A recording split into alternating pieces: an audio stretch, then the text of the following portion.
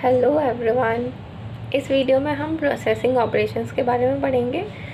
Processing operations याद होगा, हमने पिछली वीडियो में ऐसा कुछ पढ़ा था जिसमें हमने क्लासिफिकेशन पढ़ा था मैन्युफैक्चरिंग प्रोसेसेस का।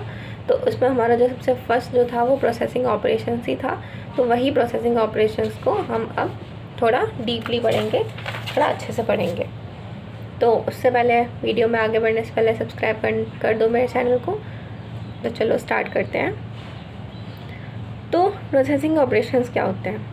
हम एनर्जी को यूज़ करते हैं वर्क पार्ट की शेप को, उसकी फ़िज़िकल प्रॉपर्टीज़ को, उसके अपीयरेंस को चेंज करने के लिए हम एनर्जी का यूज़ करते हैं। वो एनर्जी हमारी कोई भी हो सकती है। वो एनर्जी हमारी मैकेनिकल एनर्जी हो सकती है, थर्मल हो सकती है, इलेक्ट्रिकल हो सकती है, केमिकल हो सकती है और ह्यूमन एनर्जी भी हो सकती है। By means of machinery and tooling. ये मशीनरी एंड टूलिंग हमारी किसी ना किसी तरीके से ये सारी एनर्जी देती हैं किसको? वर्क पार्ट को, जिससे कि उसकी शेप, उसकी फ़िज़िकल प्रॉपर्टीज़, उसका अपीयरेंस चेंज हो जाता है और इससे क्या होता है, वो वैल्यू ऐड करता है उस मटेरियल में और वो फाइनली उसको एक अच्छा मटेरियल बनाता है जिसकी वैल्यू उसके स्टार्टिंग मटेरियल से कहीं ज़्यादा होती है। तो more than one processing operation is usually used. ये नॉर्मल है, ज़रूरी नहीं है हम एक ही बार ऑपरेशन करें और हमारा फाइनल प्रोडक्ट बन जाए। हमको एक से ज़्यादा बार ऑपरेशन को मतलब हमें प्रोसेसिंग करने की ज़रूरत पड़ती है, जिससे हमारा स्टार्टिंग मटेरियल है वो एक फ़ाइनल मटेरियल में कन्वर्ट होता है। तो एक ही बार में नहीं हो जाता है, हमें मल्टीपल टाइम्स की प्रोसेसिंग करनी पड़ती है।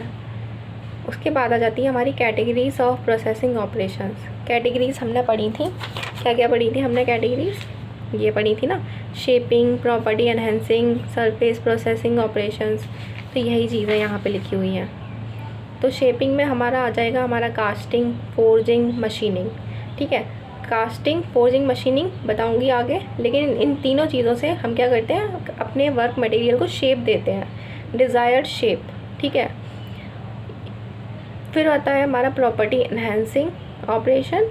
प्रॉपर्टी एनहेंसिंग में हम क्या करेंगे, उसकी प्रॉपर्टीज़ में कुछ चेंज कर रहे होंगे तो हम हीट ट्रीटमेंट करते हैं, जो हमने उधर भी पढ़ा था। हीट ट्रीटमेंट करेंगे इससे कि मटेरियल में वैल्यू ऐड करेंगे, उसकी फ़िज़िकल प्रॉपर्टीज़ को हम इम्प्रूव करेंगे विदाउट चेंजिंग इट्स शेप। उसकी शेप को चेंज नहीं करेंगे, हम सिर्फ उसकी प्रॉपर्टीज़ को एनहेंस करेंगे बाय यूजिंग हीट ट्रीटमेंट। अब तीसरा क्या था, surface processing operation. Surface processing में हम उसके सरफेस को क्लीन करते हैं, उसका ट्रीटमेंट करते हैं, उसके ऊपर कोटिंग कर सकते हैं या फिर किसी भी मटेरियल को उसकी एक लेयर लगा सकते हैं, जिससे बहुत सारे फ़ायदे होते हैं वर्क मटेरियल का। सरफेस में हम ये सारे ऑपरेशंस कर सकते हैं। तो ये आ जाता है हमारा सरफेस प्रोसेसिंग के अंदर।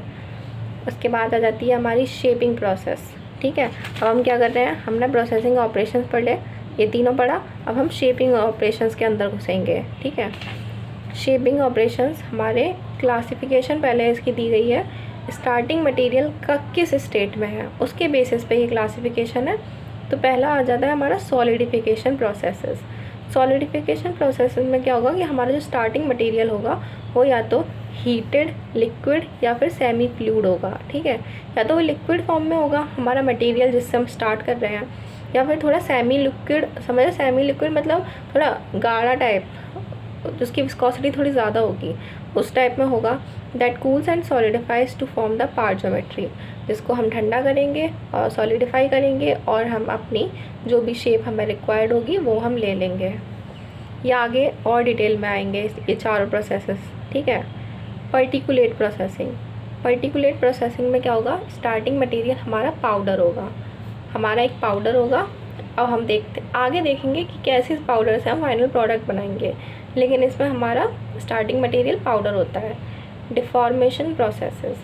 डिफॉर्मेशन प्रोसेसेस में हमारा स्टार्टिंग मटेरियल एक डक्टाइल सॉलिड होता है। ठीक है, डक्टिलिटी बताइए किसके लिए, जिससे कि वो डक्टाइल जितना ज़्यादा होगा हम उसको उतनी ही ईजिली उसकी शेप में डिफॉर्मेशन कर सकते हैं। उसकी शेप चेंज करना उतना ही ईजी हो जाता है जितना ही मटेरियल डक्टाइल होता है। तो इसका स्टार्टिंग मटेरियल डक्टाइल सॉलिड है डिफॉर्मेशन वाली प्रोसेस का। ठीक है, चौथी प्रोसेस हो गई हमारी मटेरियल रिमूवल, जिसमें हमारा स्टार्टिंग मटेरियल एक सॉलिड होगा, वेदर डक्टाइल या फिर ब्रिटल, वो कुछ भी हो सकता है लेकिन वो एक सॉलिड होगा। तो हमारे चार क्लासिफिकेशन समझ में आए होंगे एकदम अच्छे से, solidification, particulate, deformation, material removal आगे आने वाली वीडियोस में इन्हीं को हम अच्छे से समझेंगे with the help of diagram, तो उनको मिस आउट बिल्कुल मत कीजिएगा। उसके लिए चैनल को सब्सक्राइब करना ज़रूरी है, तो वो जाके कर दीजिए। और मिलते हैं नेक्स्ट वीडियो में, तब तक के लिए bye, take care, have a great day.